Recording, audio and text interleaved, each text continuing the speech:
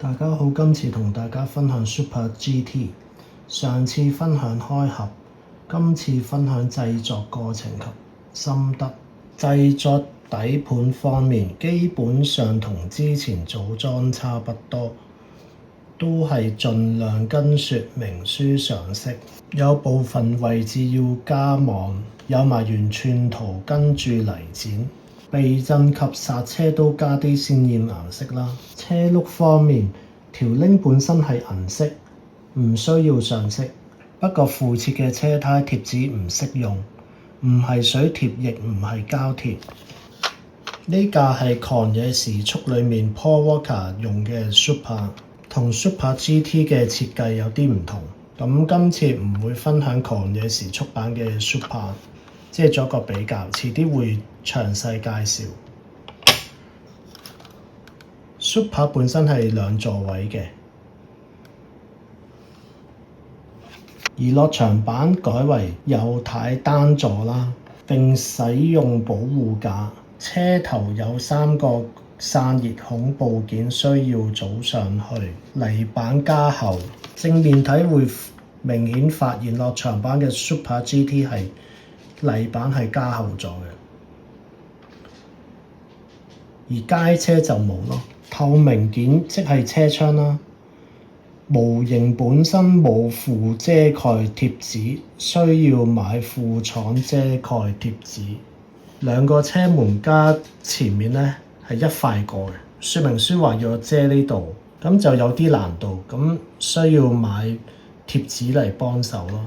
車尾窗都係啊，又係需要用遮蓋貼紙嚟協助咯。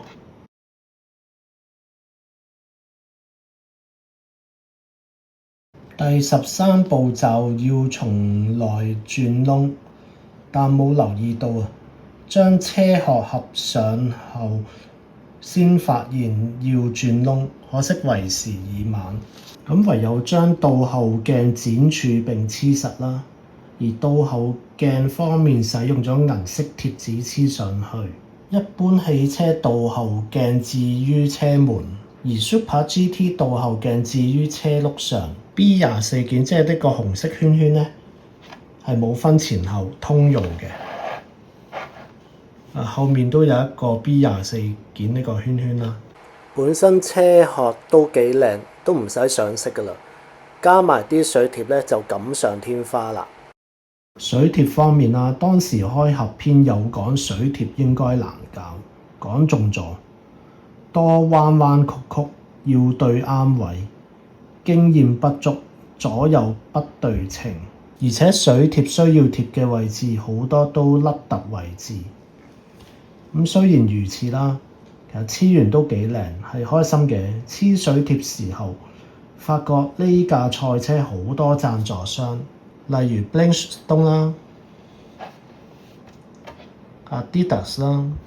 對我嚟講，賽車貼紙先叫真正嘅水貼地獄，唔單止多，仲要係啲位好難貼。例如左手車頭蓋嘅36啦。因為佢要印喺呢個散熱孔上面，嗰36啊都已經分好一大堆貼紙，我仲有少少瀨嘢，同埋嗰啲水貼嘅貼中貼啦，例如車窗上面 Toyota 啦，以及左右兩旁嘅 Acre 啦，都係要貼上貼，黐咗白色，然後再貼英文字上去。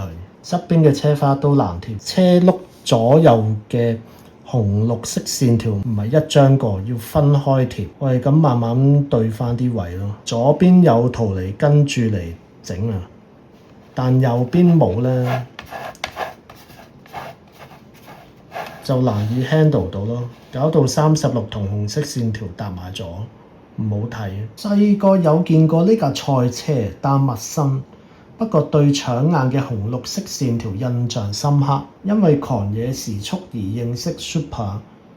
依家豐田仲有出 Super， 上網睇片話95 Super 依家升值，甚至貴過法拉利。上網見價呢架1:18成品 Super 賣得好貴，反而自己砌嘅1:24模型車就都係120蚊左右，即使加埋啲補品都係40蚊左右，咁加埋都唔使200蚊，唔使200蚊都可以砌到架同款車，感覺好似慳咗好多。不過砌車過程都有一定嘅難度，正如頭先所講水貼啦。但係當完成模型車後，會有成功感。仲有2台模型車未砌，依家都砌咗4、5架，睇嚟慢慢入咗呢個賽車模型坑路。